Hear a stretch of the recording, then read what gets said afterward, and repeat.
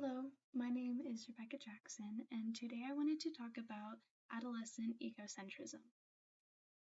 Adolescent egocentrism is described as the inability to distinguish between others' perceptions of them, of the adolescent, and what they really think. So Dr. David Elkind, the psychologist who created this theory, he separated it into two parts. The first being the imaginary audience. So he described the imaginary audience as a conceptualized observer, so meaning like only existing in the adolescent's head, and that is overly concerned with their thoughts and their actions. Another way to describe this, I think an easier way to understand this, is when adolescents are really concerned with what people around them, what others think about them,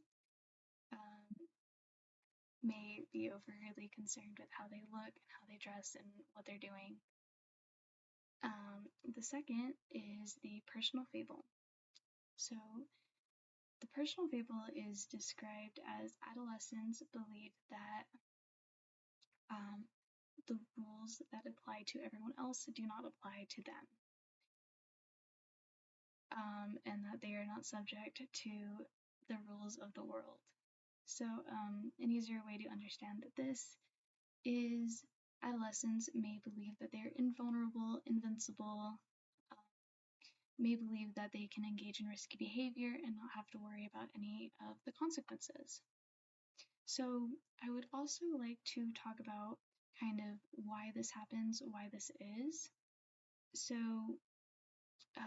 for the personal fable, a theory behind this is during adolescence, adolescence being the transitional stage between puberty and early adulthood, emerging adulthood, ages 10 to 19, there is still brain development, and part of this brain development is in the prefrontal cortex, which is the part of the brain that regulates decision making, and more specifically, like good decision making.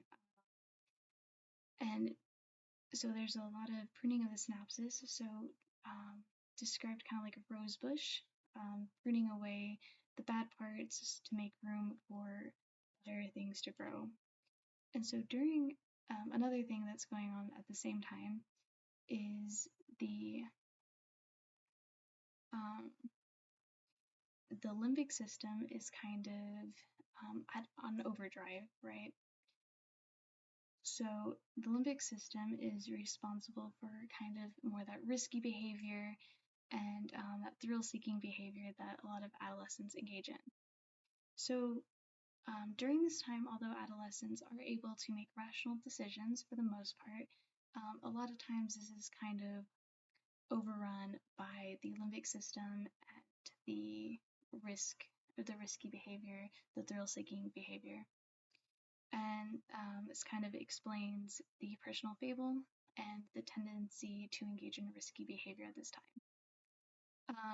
And the imaginary audience is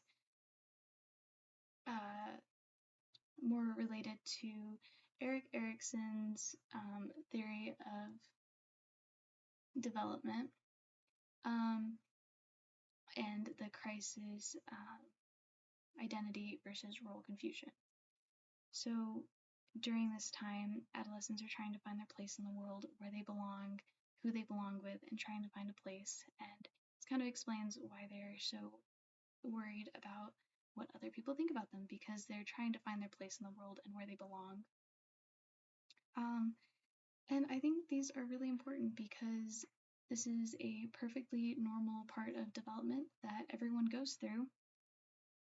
And I think it's good to understand why exactly teenagers tend to make the decisions and act in the way that they do.